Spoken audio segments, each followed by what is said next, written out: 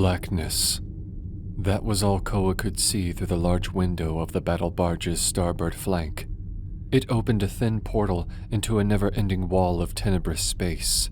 The space marine of the Carcharodon's chapter's third company had found staring into the abyss to be a habit of his ever since he was stationed aboard the serrated Hunter.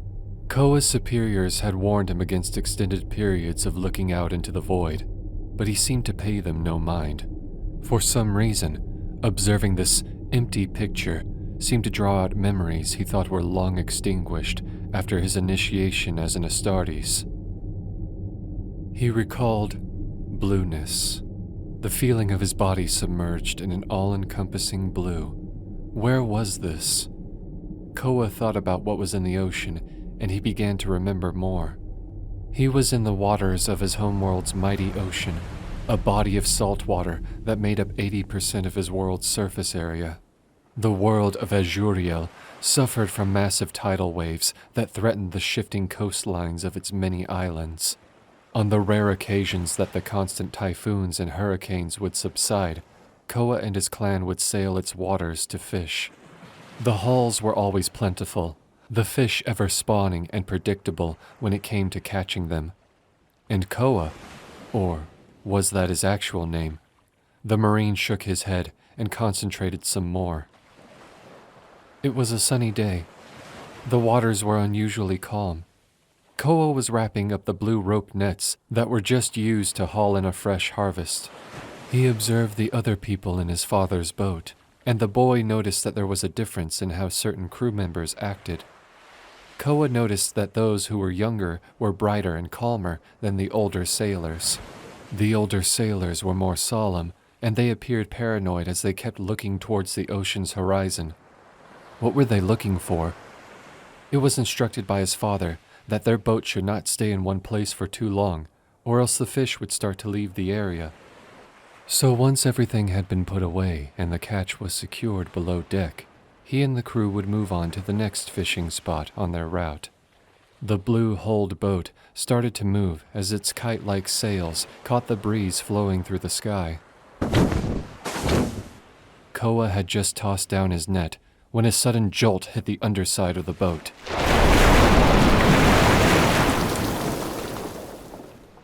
A strong wave slammed against the hull from out of nowhere, and Koa stumbled over the starboard side into the active waters beneath. His fall barely allowed him to hear the shouts from the crew as they exclaimed what was going on to everyone. He hit the water with a splash that was quickly drowned out by the churning tides. Bubbles filled his vision as he felt water encompassing him. The boy's training from his father immediately took hold, and he didn't panic or flail his limbs as he tried to assess which direction the surface was. He looked around and he just barely managed to make out the hull of the boat.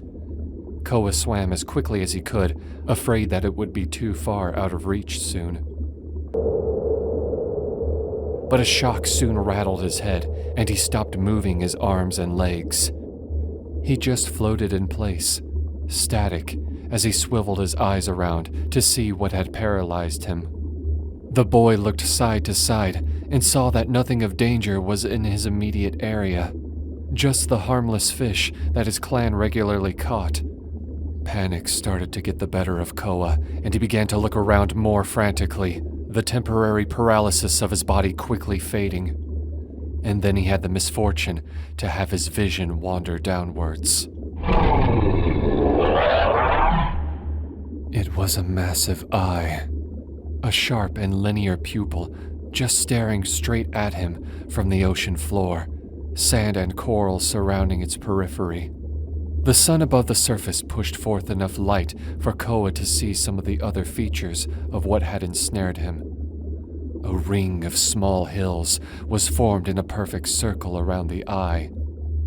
Koa saw that the hills were steadily rising out of the sand, and the eye was getting larger. It was getting closer to him.